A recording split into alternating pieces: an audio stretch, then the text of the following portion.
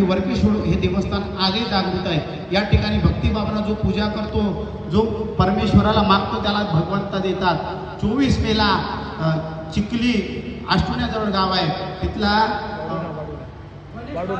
गणेश ठावरे नावाचा पोरगा 24 एप्रिलला भावाचं लग्न, चुलत भावाचं लग्न झालं। त्याच्यानंतर तो आपल्या शेतामध्ये बैलाचा चारा पाणी करण्याकरता गेला।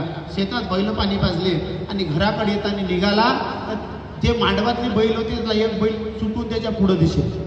24 एप्रिलला बैलाच्या मागे निघाला तो आष्टुण्या चिखलीपासून। 25, 26, 27, 28, 29, 30 एप्रिलला इथं आला। 30 एप्रिलला आला, दुपारी आला, पाणी पिऊन निघून गेला। आम्ही काही चौकशी केली नाही। रात्रीला मांडीला संध्याकाळची डेहनीची पंगत होती, त्या पंगतीत बसला। 7 दिवस फिरणारा माणूस उपाशी तापाशी नदीच्या मार्गानं त्याचा चेहरा पाहिला, सगळं पाहिलं। माझ्या लक्षात आलं हा कोणतरी आहे, बघू म्हटलं। सगळं झाल्यावर जर हा थांबला त्याची चौकशी करू, पण त्याच्या आधी नीलच्या डेहनीने त्याची चौकशी केली। नंतर तो भानावर आला। तो म्हणजे मी 24 एप्रिलला घरून निघालो आणि आज 30 एप्रिल 7 दिवस झाले मी कुठं हवं कसा हवं नदीच्या मागं बैलाच्या मागं फिरत आलो। आणि आल्यानंतर 3 वेळेला माझं लग्न आहे। आणि 30 एप्रिलला या वडकेश्वर देवस्थानावर तो आला। तो म्हणजे मी बैलाच्या मागं आलो, 7 दिवस कुठं जेवलो, कुठं पाणी पिलो, 7 रात्र कुठं झोपलो हे मला माहीत नाही। आणि या ठिकाणी आल्यानंतर बैल नदीत उडी टाकताना दिसला। बैलाच्या मागे मी जाणार तो पण तो मला वरून आवाज आला, गणेश तू पाठीमागे ये।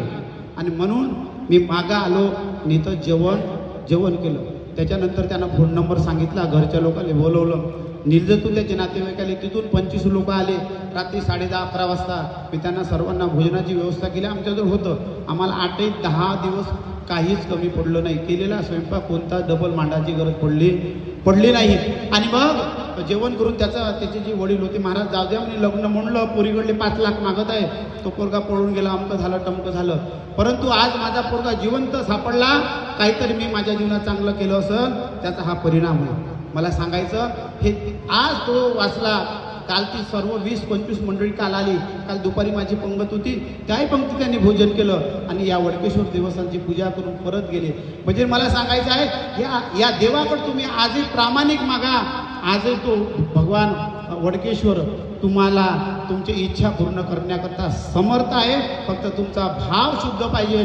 तुमचा भाव जर शुद्ध असला तर दगडासुद्धा आज देव प्रकट होण्याकरता तयार आहे। म्हणून केलेलं सत्कर्म, केलेलं चांगलं कर्म कधीच वाया जात नाही।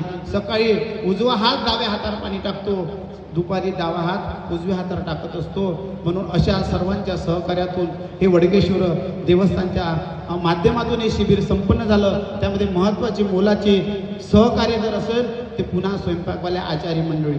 एवढ्या उन्हामध्ये आपण इथं बसणं कठीण आहे, पण त्या एवढ्या टेम्परेचरमध्ये चुलीवर स्वयंपाक केला। गॅस भेटत